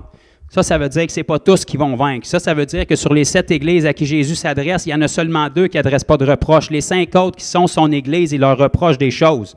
Changez, redressez-vous, réajustez-vous, sortez-vous la tête du sable, examinez-vous vous-même pour savoir si vous êtes encore dans la foi.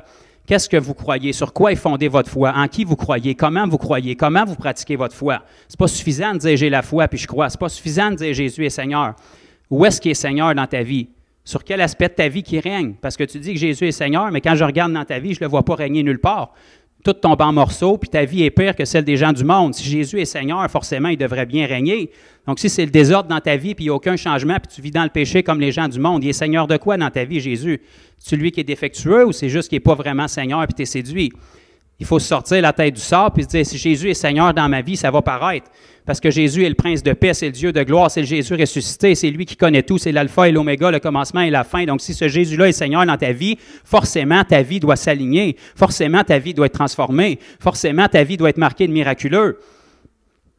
On ne marche pas avec l'expérience, on marche par la foi, mais c'est inévitable de marcher par la foi sans vivre d'expérience. La vie chrétienne est fondée sur une expérience. Sans expérience, il n'y a pas d'évangile, il n'y a pas de Bible, il n'y a pas d'Église. Le Seigneur Jésus est notre fondement. Ce qui est le fondement de la vie chrétienne, c'est un Jésus ressuscité. En partant, tu pars avec du surnaturel. Si tu ne crois pas dans le surnaturel, je ne sais pas dans quel évangile tu crois, mais Jésus était assez surnaturel de nature. L'Église même du Seigneur Jésus a été fondée par du surnaturel. Je ne sais pas si tu sais, mais 120 personnes qui sont dans une pièce tout seul en train de prier, puis il y a du feu qui tombe sur eux autres, puis ils se mettent à parler en langue. C'est quand même pas mal surnaturel. Si tu as un problème avec le surnaturel, je ne sais pas dans quel évangile tu crois, mais c'est forcément pas celui-là. Parce que l'Église du Seigneur Jésus a été fondée par de la puissance et elle vit en puissance et Jésus va revenir la rechercher dans la puissance. Donc, si on ne croit pas dans le surnaturel, on ne croit pas dans la puissance, puis on ne croit pas dans les expériences. Je ne sais pas dans quel évangile on croit, mais ce n'est pas dans celle de la Bible. L'Évangile est fondé sur une expérience par la foi. On commence toujours par la foi, mais cette foi-là doit inévitablement nous amener des expériences. Si on dit qu'on a la foi, on confesse qu'on a la foi, puis on confesse Jésus comme Seigneur, mais qu'on ne vit rien, il faut se détromper. Ce n'est pas Jésus qui est menteur, c'est nous qui ne croyons pas. Jésus a dit « Tout est possible à celui qui croit ». Jésus a dit « Les gens qui croient en moi, ils feront non seulement les choses que j'ai faites et même de plus grandes ». Ça, c'est un verset qu'on aime, puis c'est vrai que c'est bénissant, puis que c'est motivant. Mais si on s'arrête pour le lire, puis qu'on le décortique un peu, ça veut dire que si tu crois en lui, tu fais les miracles que Jésus a fait. Donc, si tu ne fais pas les miracles que Jésus a fait, c'est ça. Ça veut dire que tu ne crois pas. Parce que Jésus dit que le signe d'un croyant, c'est quelqu'un qui fait les choses que Jésus faisait. Fait que si tu ne fais pas les choses que Jésus faisait, pourquoi tu dis que tu es croyant? Je ne sais pas en qui tu crois, en quoi tu crois, puis comment tu crois, mais c'est certainement pas en Jésus à la manière biblique. Jacques emploie les termes « Une telle foi peut-elle te sauver? » La réponse, c'est non. Parce que cette foi-là est juste dans ta tête. Cette foi-là, elle ne va pas plus loin qu'une confession. Cette foi-là, elle ne produit pas d'œuvre. Donc, c'est une foi qui est morte. Quelque chose qui est mort, tu ne peux rien faire avec ça. Un changement, ça se fait avec quelque chose de vivant. Une foi morte ne peut ni sauver, ni guérir, ni délivrer, ni faire quoi que ce soit dans ta vie. Alors qu'une confession, quand il n'y a pas d'action, ça nous démontre que ta foi est morte. Une foi qui est vivante, ça, c'est une foi qui peut faire quelque chose. Mais une foi ne peut pas être vivante s'il n'y a pas d'action sur cette foi-là. Jacques va nous dire, je te démontrerai ma foi par mes œuvres. Je ne suis pas sauvé par les œuvres, mais je suis sauvé pour des œuvres. S'il n'y a pas d'œuvre qui est là, détrompe-toi, je ne sais pas de quoi tu as été sauvé, mais tu n'es pas sauvé, parce qu'une foi pas d'œuvre, c'est une foi qui est morte. Une foi qui est morte ne peut pas sauver. Une telle foi peut-elle le sauver? Non. Une telle confession peut-elle le sauver? Non. Des larmes qui coulent sur tes joues peut-elle le sauver? Non. Si la foi n'est pas dans tes larmes, ça ne changera rien dans ta vie, même si tu pleures à chaque semaine. Si la foi n'est pas dans ta confession, ça ne changera rien dans ta vie, même si tu confesses à chaque semaine. Croyez-moi, j'ai passé ma vie dans l'Église, puis pendant 28 ans de ma vie, je pense que j'ai confessé des milliers de fois, puis jamais ma vie a été transformée. Pourtant, je pleurais des fois, puis j'étais vraiment sincère. Mais je n'étais pas prête à y abandonner ma vie. Je voulais le supplier qu'il vienne dans ma vie, mais je voulais conserver ma vie pour qu'il vienne l'embellir. Ça, ce n'est pas de la repentance. Et c'est l'état dans lequel la majorité de l'Église de nos jours, dans notre génération ici en Amérique, se retrouve. Jésus s'attend que quand on vienne à lui, on abandonne notre vie, on lui donne et on le suive coûte que coûte. Parce que ça va coûter de suivre le Seigneur Jésus. Les persécutions sont garanties. Ça nous dit que dans ce monde, si on suit le Seigneur, on va être béni avec des maisons, avec de la famille, avec un paquet de choses que Jésus énumère, avec des persécutions. Ça doit venir avec. Parce que les persécutions vont démontrer la valeur de ta foi. Puis les persécutions sont un témoignage glorieux de ta vie aux gens du monde. Paul nous a écrit le Nouveau Testament, puis il a passé le 3/4 de sa vie en prison pour l'écrire. Pourtant, on ne peut pas lire dans aucune de ses lettres qu'il est découragé puis qu'il s'apitoie sur son sort. Plutôt de ça, il est en prison, il est persécuté, il est battu, puis il est en train d'écrire des lettres pour encourager l'Église, qui est assis chez eux dans son confort. Puis Paul est en prison, persécuté pour l'Évangile, puis il est en train d'encourager les autres. Ça, c'est le genre d'Évangile pour lequel Paul s'est donné. Paul a dit, je ne fais aucun cas de ma vie. Autrement dit, je suis assez content que Jésus m'en ait débarrassé de ma vie, que j'y ai offert, puis je vais le suivre coûte que coûte. Parce que détrompez-vous, ça va coûter pour suivre le Seigneur. Mais ça va être une grande joie. Quand on y a abandonné notre vie, c'est pas dur de lui obéir. L'obéissance est dure quand on n'est pas mort à nous-mêmes. L'obéissance est dure quand on a été séduit par un faux message où on a ajouté Jésus dans notre vie pour nous bénir, l'embellir, nous donner une plus grosse piscine, un plus gros bateau, puis un plus beau char, alors que c'est pas ce que l'Évangile annonce. L'Évangile dit que tu vas être béni si tu cherches le royaume de Dieu premièrement. Laisse tomber tes rêves, tes ambitions, cherche Dieu premièrement, puis accomplis sa volonté. Marche à l'image de Christ, puis les bénédictions vont te suivre, tu ne courras pas après, c'est eux qui vont courir après toi.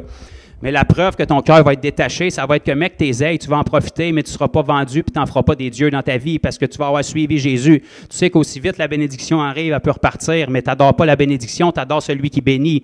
À ce moment-là, tu t'établis, puis tu t'assures que tu vas avoir un bon fondement. Tu t'assures que quand la tempête va venir, parce que détrompe-toi, si tu penses qu'elle ne viendra pas, elle va venir. Regarde ce qui est arrivé l'année passée, puis ça, c'était juste une petite. La tempête, elle va venir. C'est ça qui va révéler la valeur de ta foi. Quand la tempête vient, si tu pars avec les flots de la mer exactement comme les gens du monde puis les autres qui ont une confession de foi, ça démontre que tu n'avais pas aucun fondement. Ça démontre que tu n'avais pas de racines. Ça démontre que tu n'étais pas planté en Christ. Ça démontre que tes confessions, semaine après semaine, n'étaient pas sincères. Ça prouve les actions dans ta vie. Parce que ceux qui sont plantés en Christ, qui ont un fondement et qui ont leurs racines profondément au sol, quand la tempête vient, ça ne change pas. Les fruits dans leur vie continuent à avancer, puis l'Évangile continue à avancer, puis l'Église du Seigneur continue à avancer. Les gens s'ajoutent à l'Église du Seigneur chaque jour, persécution, pas persécution. Ça démontre quelqu'un qui est vendu pour l'Évangile. Ça démontre quelqu'un qui peut se mériter le titre de chrétien.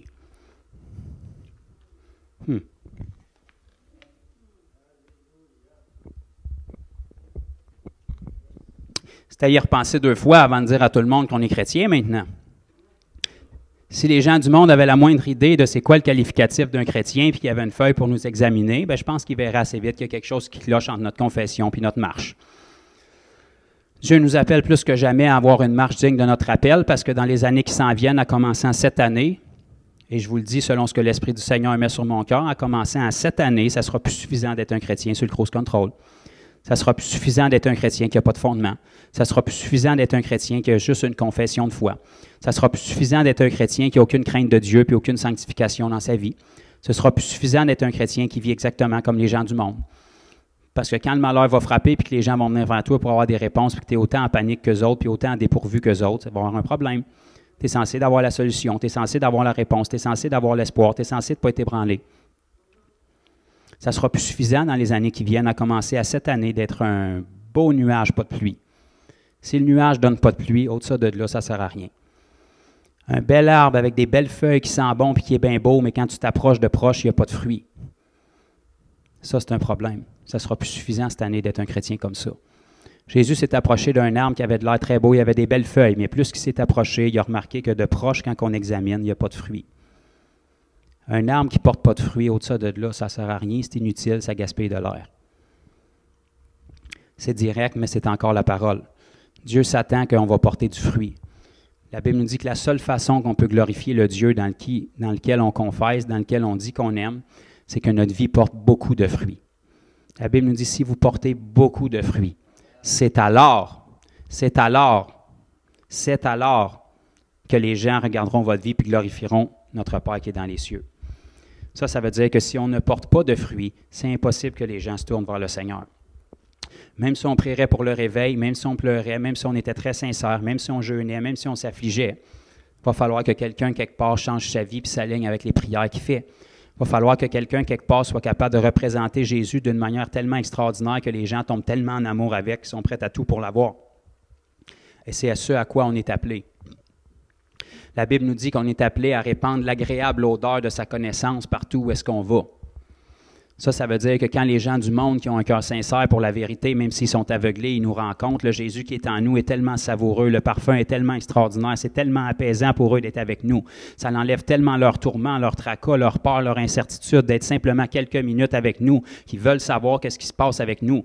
On a peut-être l'air fou, on a peut-être l'air farfelu, on a peut-être l'air à croire dans un livre de surnaturel, puis on a peut-être l'air d'être assez fou pour croire que ce Dieu-là fait encore des miracles aujourd'hui, sauf que pour nous, ça va bien, puis pour eux, ça va pas bien. Puis même si ça ne va pas bien dans les circonstances, nous autres, ça continue à bien aller. C'est ça qu'on est censé avoir comme image. Si vous reculiez dans le temps puis vous alliez parler à Jésus puis passer 24 heures avec lui, vous verriez le genre de journée qu'il y avait. Pourtant, on ne voit jamais Jésus se plaindre. Puis pourtant, Jésus était rempli du Saint-Esprit. Puis pourtant, Jésus ne faisait que la volonté de son Père. Pourtant, si un chrétien aujourd'hui marchait pendant 24 heures d'un soulier à côté de Jésus, probablement qu'il passerait la journée en intercession pour que Dieu l'en sorte de ces persécutions-là. Pourtant, Jésus vivait ça au quotidien. Premier message que Jésus a prêché, aucune tape dans le dos, personne qui le félicite et ils disent on va le pousser en bas de la montagne pour avoir dit la vérité. À chaque fois que Jésus rouvrait la bouche pour dire des belles choses, pour guérir les malades, on va le lapider. C'est ça que Jésus se méritait pour faire le bien. Puis aujourd'hui, on pense qu'on va vivre dans une chrétienté qui est différente de ça. On pense que parce qu'on fait bien, tout le monde va nous adorer. La preuve que tu fais bien, c'est que tu déranges les démons, puis c'est qu'il y a des gens qui se convertissent. Parce qu'à travers l'opposition, il va toujours avoir des gens qui ont le cœur sincère. Quand les 3000 ont été convertis au jour de la Pentecôte, il y en a un paquet. Il y avait bien plus de monde que 3000 personnes qui étaient là. Mais il y en a plusieurs qui se moquaient. Mais pourtant, parmi tous ceux qui se moquaient, il y en a 3000 qui, la Bible nous dit, qui ont eu le cœur vivement touché. Pourquoi? Parce qu'un homme s'est levé avec audace, puis il a annoncé le message, puis il leur a dit assez direct. Le Messie, vous venez de le tuer. Ça, c'est genre une erreur qu'on veut éviter de faire. Si tu as un sauveur, puis c'est le seul espoir, si tu l'as tué, ça va mal. Il faut peut-être trouver le moyen de reculer, puis il faut peut-être trouver le moyen de corriger les choses. C'est le message que Pierre leur a annoncé, puis 3000 ont eu le cœur vivement touché. Pourquoi? Parce que ces gens-là transportaient quelque chose, puis ceux qui ont eu le cœur vivement touché ont vu que le quelque chose que ces gens-là avaient, ils en avaient besoin dans leur vie. Et c'est ce que les gens doivent voir dans ma vie puis la vôtre aujourd'hui. Et plus que jamais, il faut sortir la tête du sable, puis il faut réaliser l'ampleur de ce qu'on dit quand on dit qu'on est chrétien. Un disciple, un engagement. On est enrôlé pour un but. Dieu nous a investis d'une puissance pour un but. Et ce qu'on confesse de notre bouche va être notre jugement lorsqu'on va se présenter devant lui. Si on ne vit pas à la hauteur de ce qu'on confesse, bien, ça prouve qu'on est des menteurs, des hypocrites, et qu'on confesse autre chose que ce qu'on croit. Et Dieu ne nous appelle pas à ça. Dieu nous appelle à avoir une confession, mais à avoir des actions sur notre confession qui prouvent qu'on croit ce qu'on dit qu'on croit. Puis je pourrais continuer encore et encore et encore toute la journée parce que c'est ce que la parole enseigne. Je vais devoir arrêter, même s'il y a un feu qui brûle en moi, parce que c'est ça que ça devrait être. L'Évangile ne devrait pas être atténué. L'Évangile ne devrait être pas plate. Je ne sais pas quelle vie chrétienne que tu as, mais si ta vie chrétienne est plate, ce n'est pas celle que Jésus a vécue. Ce n'est pas celle que les apôtres ont vécue. Les apôtres avaient toutes sauf une vie plate. Les disciples, ce n'est pas une vie plate qu'ils avaient. Si ta vie chrétienne est plate, je ne sais pas ce que tu vis, mais je peux te prophétiser que probablement tu ne vis rien. Fait que de toute évidence, c'est parce que tu n'obéis pas à ce que la parole dit, parce que les disciples avaient une vie excitante. Premièrement, ils essayaient de survivre à tous les jours. Fait qu'en partant, ça te garde un peu allumé. Combien de réponses à un appel au salut on aurait aujourd'hui si on dirait aux gens, tu t'apprêtes à donner ta vie pour le Seigneur, puis probablement que ton arrêt de mort va être le mois prochain. Wow, je pense que soudainement, on perdrait des mains. Pourtant, c'est la parole qui est enseignée. Cet évangile-là, c'est l'évangile qui est enseigné. Paul a dit que je vive pour le Seigneur, que je meure pour le Seigneur, c'est pour sa gloire. Je m'engage en y donnant ma vie. Il arrivera ce qui arrivera, mais la première chose que j'abandonne, c'est ma vie. À ce moment-là, tu vas devenir quelqu'un de dangereux pour le royaume de Dieu parce qu'il n'y a rien de plus dangereux que quelqu'un qui n'a rien à perdre. Tout ce qui arrête l'être humain, c'est sa peur. Puis la plus grande peur de l'être humain, c'est la mort. Mais la première chose que Dieu te demande pour venir à lui, c'est de mourir. Fait qu'une fois que cette étape-là est passée, on peut passer à autre chose. Personne ne peut plus rien te faire. Les persécutions, tout ce qu'ils vont faire, oui, ils sont désagréables dans la chair, mais tu as la vie éternelle. Le pire qu'ils peuvent faire, c'est de changer ton adresse, mais ils ne pourront jamais te tuer parce que tu as la vie éternelle. Tu vis dans le ressuscité. Puis il n'y a rien ni personne, puis aucune persécution qui peut t'enlever ce que Jésus a fait pour toi. Il n'y a aucune persécution qui peut changer la résurrection de Jésus. Il n'y a aucune persécution qui peut effacer son sang versé pour les péchés. Il est trop tard, c'est fait. Quand même que Satan crierait puis taperait du pied, c'est fait. Il ne peut pas revenir en arrière. Il n'y a aucune persécution, puis il n'y a aucune petite crise de colère d'aucun démon qui peut effacer les meurtrisseurs de Jésus à la croix. Il est trop tard, c'est fait. Ils ont perdu, puis à chaque fois qu'on exerce l'autorité que Dieu nous donne, on leur rappelle qu'ils ont perdu. Amen.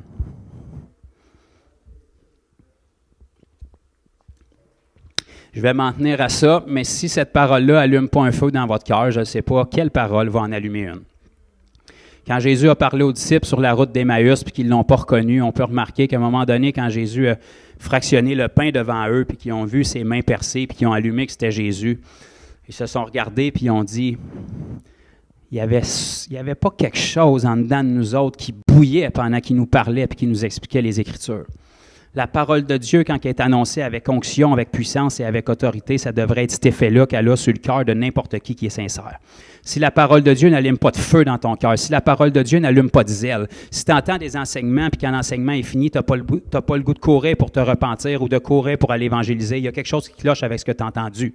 Parce que quand Jésus parlait, il parlait d'une manière où est-ce que les changements dans la vie des gens étaient tellement radicaux qu'ils abandonnaient leur vie pour suivre Jésus. Ils laissaient tout derrière pour suivre Jésus, puis ils le faisaient avec une grande joie, même s'ils n'avaient aucune idée dans quoi ils s'embarquaient. C'est le même message aujourd'hui. C'est avec cette Église-là que Jésus va pouvoir faire quelque chose. Puis il faut se détromper, le réveil puis la moisson d'âme va arriver, que vous soyez d'accord ou non. La question, c'est est-ce que je vais faire partie de ceux que Dieu va pouvoir utiliser pour amener cette moisson-là? Parce que la moisson, ce n'est pas Dieu qui va aller la chercher, puis ce n'est pas les anges. C'est la mission qui t'a confiée. Tu es un ouvrier. Tu vas-tu regarder le spectacle, puis tu vas passer à côté ou tu vas être dedans? C'est là que c'est le temps de se réveiller puis de se dire, si je veux être dedans, il va falloir que j'aligne ma vie. Si je veux être dedans, il va falloir que je connaisse ma définition de tâche. Parce que si la moisson commencerait à rentrer surnaturellement aujourd'hui, la quasi-totalité de l'Église n'aurait aucune idée quoi faire avec. Parce qu'ils n'ont jamais vu ça un converti, ils n'ont jamais vu ça une guérison, ils n'ont jamais vu ça un miracle, ils n'ont jamais vu ça des choses puissantes de la part de Dieu, ils n'ont jamais vu ça un réveil. Pourtant, c'est ce à quoi on est appelé. Donc, il faut se réveiller maintenant, réaliser ce à quoi on est appelé, puis se disposer pour que Dieu puisse nous enseigner, puis pour qu'on puisse apprendre de nos frères et sœurs qui nous ont précédés dans la parole. Ces disciples-là qui ont réussi à faire l'Église d'une manière tellement formidable que 2000 ans plus tard, ici en Amérique, elle fonctionne encore à cause que ces hommes et ces femmes-là se sont tenus pour quelque chose. Puis ils ont donné leur vie en sacrifice, puis nous autres, aujourd'hui, ils ont donné leur vie en sacrifice pour ce qu'on vit comme chrétienté. Aucune puissance, aucun surnaturel, aucun miracle, aucune transformation, aucune joie. Qu'est-ce que c'est ça? Comment loin qu'on est rendu de la parole? L'Église du Seigneur Jésus est encore concrète, est encore réelle. Il faut juste se sortir la tête du sable puis commencer à corriger puis adresser des choses dans notre vie pour recommencer à la vivre. Parce que Dieu t'attend encore les bras ouverts. Dieu attend encore que tu sois corrigé. Dieu ne veut pas que tu fasses partie des boucs. Le problème, ce n'est pas d'être un bouc, c'est de rester un bouc.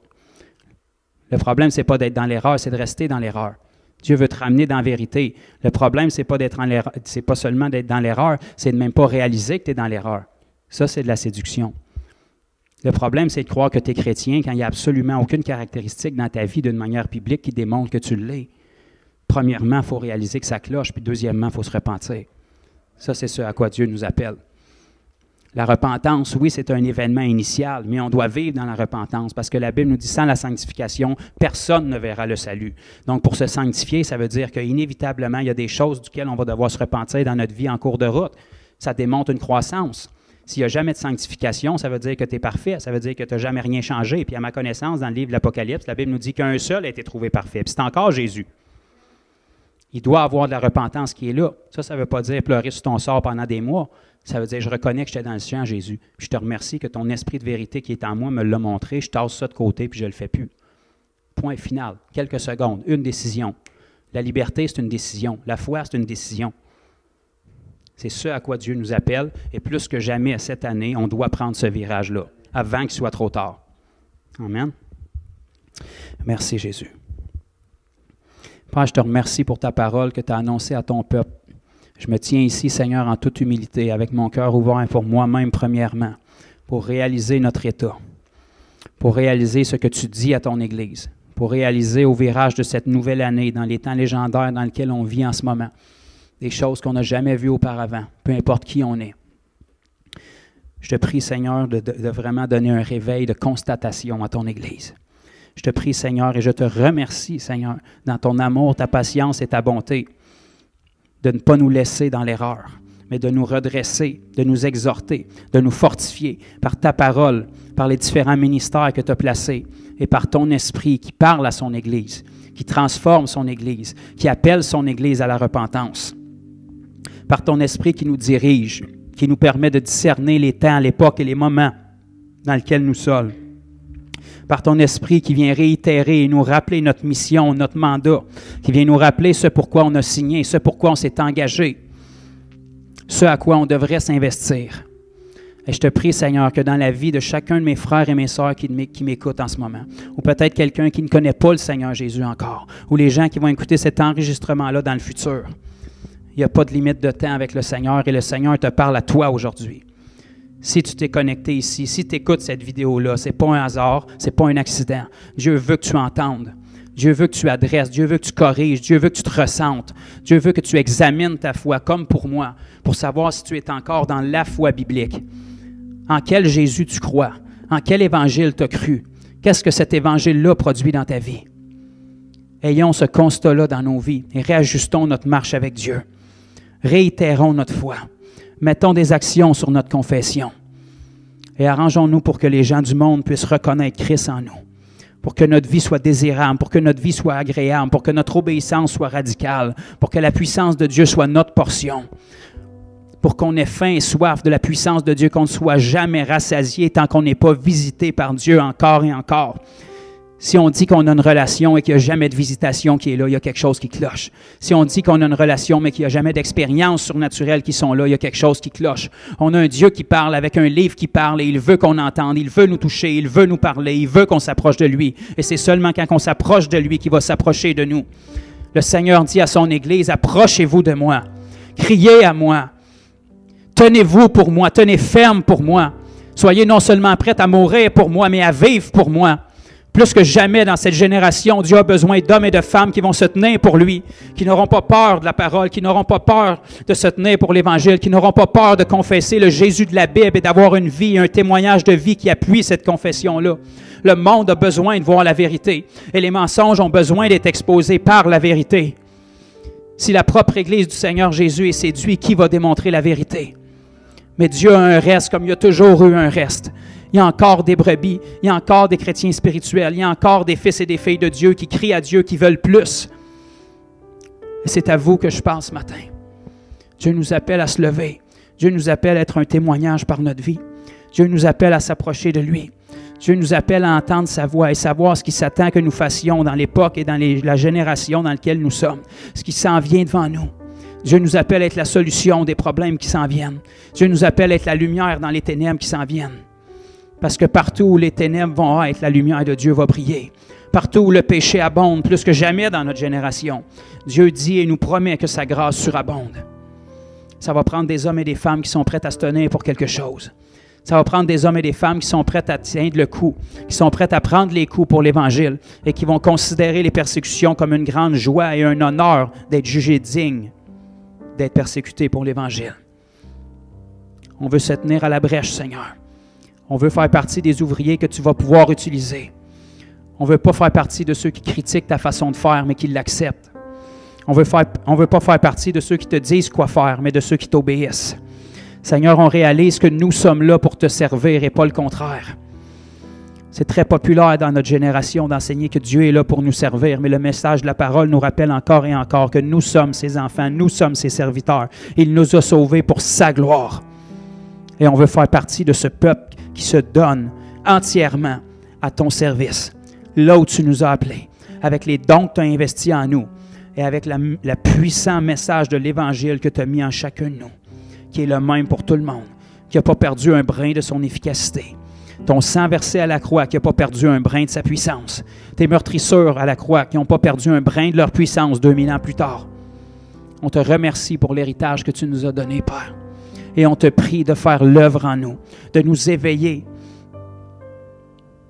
de nous permettre d'avoir un examen de conscience de notre vie et de nous donner la consécration, le zèle, le vouloir et le faire que tu as placé en chacun de nous, de s'agenouiller, de plier le genou et de se rappeler qu'on n'a pas seulement une confession de foi envers toi, Jésus. On ne confesse pas seulement que tu es Seigneur et Sauveur, mais on vit notre vie au quotidien en t'ayant comme Seigneur et Sauveur dans chaque aspect de notre vie, en sorte que les gens du monde voient cette loyauté, cette soumission et désirent à tout prix ce qu'on a. Parce que peu importe les moments difficiles, tu interviens toujours. Et le monde a désespérément besoin de l'espoir que nous transportons. Ébranle-nous, Seigneur.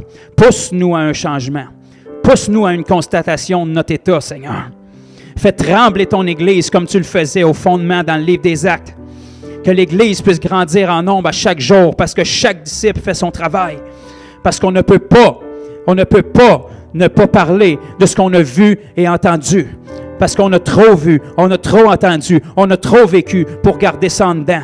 Que ta parole soit pour nous comme un feu dévorant qui doit sortir, qui doit être partagé, qui doit être entendu à tout prix, puisque c'est la raison de notre vie, Seigneur.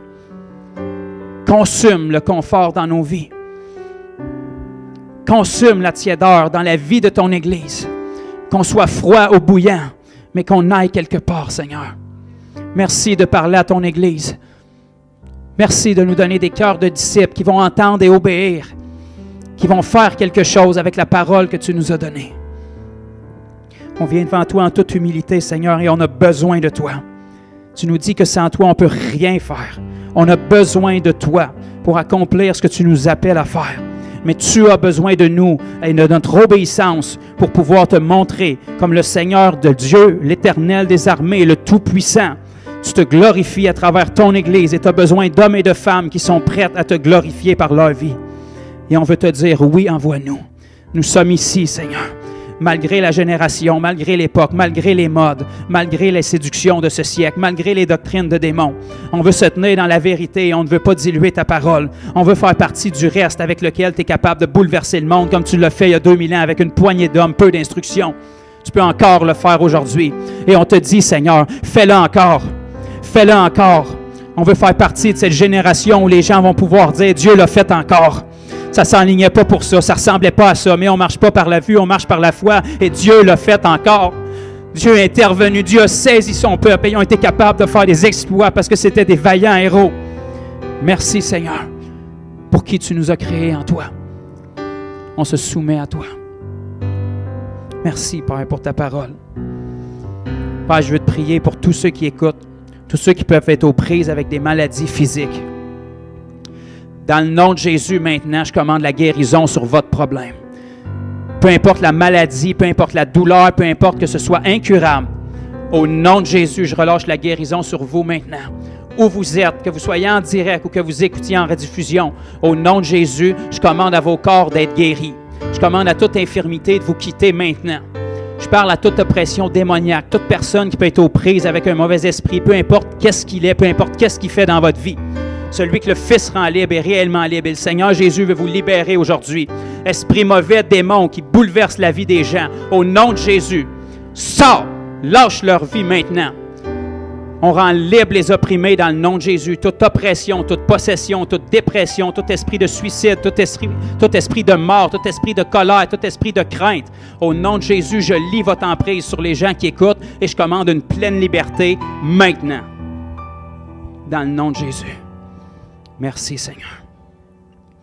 Père, je veux te prier pour chaque personne qui peut écouter cet enseignement-là, qui ne te connaît pas encore. C'est la chose la plus importante et mieux vaut tard que jamais. Peu importe votre passé, peu importe ce que vous avez fait.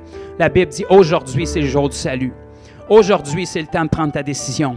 Hier, c'est passé, puis demain, c'est peut-être trop tard, mais aujourd'hui, si tu as entendu ce que j'ai annoncé, peut-être que tu pensais au début que j'étais fou, ça ne me dérange pas. Si ton cœur est ouvert à la vérité, il y a un feu qui brûle dans ton cœur. Il y a quelque chose qui bat en dedans de toi. Il y a quelque chose qui te dit que même si vraisemblablement ce que je dis a de l'air fou, c'est la vérité. Dieu t'appelle. Dieu t'attire. Réponds à l'appel de Dieu. Il n'y a pas de formule. Vaut mieux un cœur sans mots que des mots sans cœur. Élève ta voix à Dieu puis dis, lui, je te donne tout. J'en ai assez de servir un Dieu que je ne connais pas. J'en ai assez de dire à un Dieu que je l'aime alors qu'il n'y a rien fait dans ma vie. Peut-être que tu fréquentes les églises depuis des années. Peut-être que tu as des confessions de foi depuis des années, mais tu en as assez de rien vivre. Dieu veut que tu vives quelque chose avec lui. Si ta foi est sincère, tu es appelé à une rencontre, une expérience, un contact, une transformation. Dieu veut que tu vives ça. Jésus n'a pas été suspendu à la croix en lambeaux, sa peau déchirée et son sang versé pour que tu n'aies rien de plus qu'une confession. Il veut que tu l'expérimentes, que Jésus devienne tellement vivant pour toi qu'il n'y a rien ni personne dans ce monde qui va pouvoir t'en faire douter. Dieu veut ça pour toi.